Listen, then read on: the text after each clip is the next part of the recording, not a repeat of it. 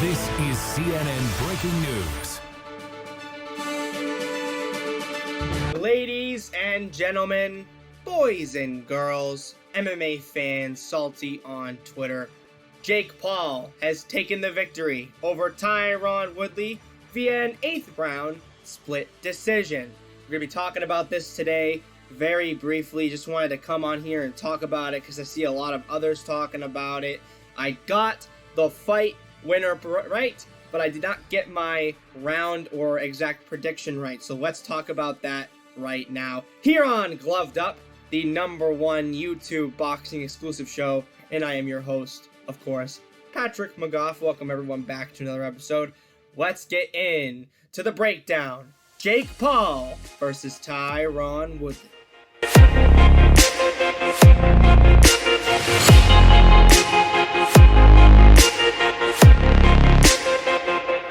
Before we get into the prediction, make sure everyone spread the word about Gloved Up. We want to make sure we get this show out here, speaking unbiased and positively about both fighters here on today's video. Trying to remain unbiased as possible, look at the fight as objectively as possible. Make sure you like, subscribe, comment, do all that. Tell Roundhouse Radio and the Wade Concept that your boy Pat wants to have a conversation with them. So guys, just want to give a little bit of a quick rundown after the Jake Paul versus Tyron Woodley boxing match last night at the Rocket Mortgage Fieldhouse in Cleveland, Ohio. It's August 30th today. I just wanted to come on here and talk a little bit about the fight because I know a lot of MMA fans are still not going to give Jake Paul the credit that he deserves. You know, his cardio was not as good as people thought. You know, he didn't go in there. He wasn't as explosive as many people thought he was going to be. Neither was Tyron. But it was a really solid fight. You know, Jake Paul is a fighter. He can go in there and he can really scrap with guys who can hit really, really fucking hard. If you say that hit from Tyron wouldn't have knocked out any other YouTuber, you're dead wrong. Even KSI, that right hand he took in round 4. You know, I think a lot of people have already said what needs to be said about this fight.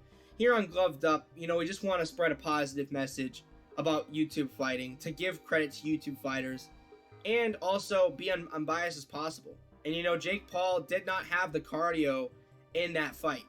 In the later rounds, if it went to round 12, I did see Tyron knocking him out. And that's why I think that Roundhouse Radio and the Wade Concept, they had two polar opposite predictions, but they were both correct in ways. Because if Tyron came out and he was more explosive, he would have won that fight. But Jake Paul won via decision. And that's what the Wade Concept said. Now, if you ask me, I don't think that this rematch should happen yet. I think that this rematch should happen in 2022. You know, I think that Jake Paul should fight someone that not a lot of people are talking about, but has definitely been in their name books.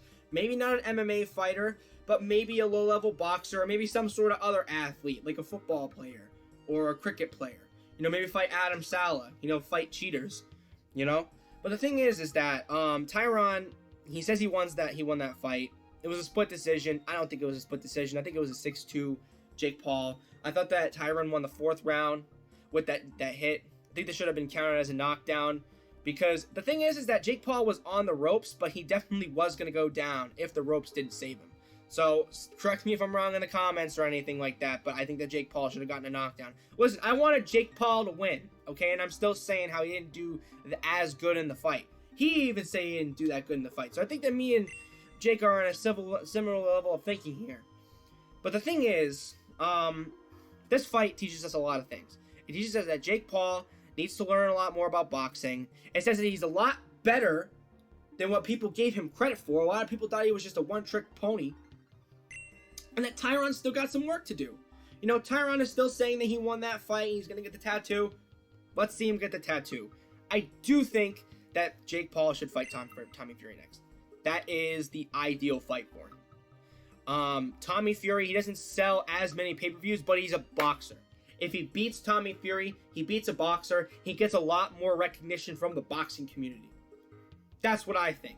He shouldn't be boxing Gervonta Davis or Canelo. He'd get fucking murdered. However, I think Tommy Fury is a good matchup for him. As for Tyron Woodley, I think that Tyron Woodley should fight somebody else. You know, fight another MMA star or go over to bare knuckle boxing. Try that out. We see that Tyron is not completely aged. He was right. You know, he can go in there and be explosive, but he needs to learn a bit more. You know, I'd say give this fight another year. We should see Tyron versus Jake too. Tell Roundhouse Radio and the Wade Concept About Me, Gloved Up, the #1 YouTube boxing show. Got some big changes coming to the show, but I'm happy that Jake Paul won, to be honest with you. A big dub for the YouTubers. I always like when the YouTubers win. You know, us YouTube people don't get the recognition that we deserve. And trust me, I'll be up there one day. I'll be up there. Patrick fucking McGough, the Monkey Man, about to knock out Taylor Holder, Austin McBroom, all these people, Mike Malak. You know? But I'll see you guys in the next episode of Gloved Up, the #1 YouTube boxing show. Just wanted to come on here and just do a bit of a rundown.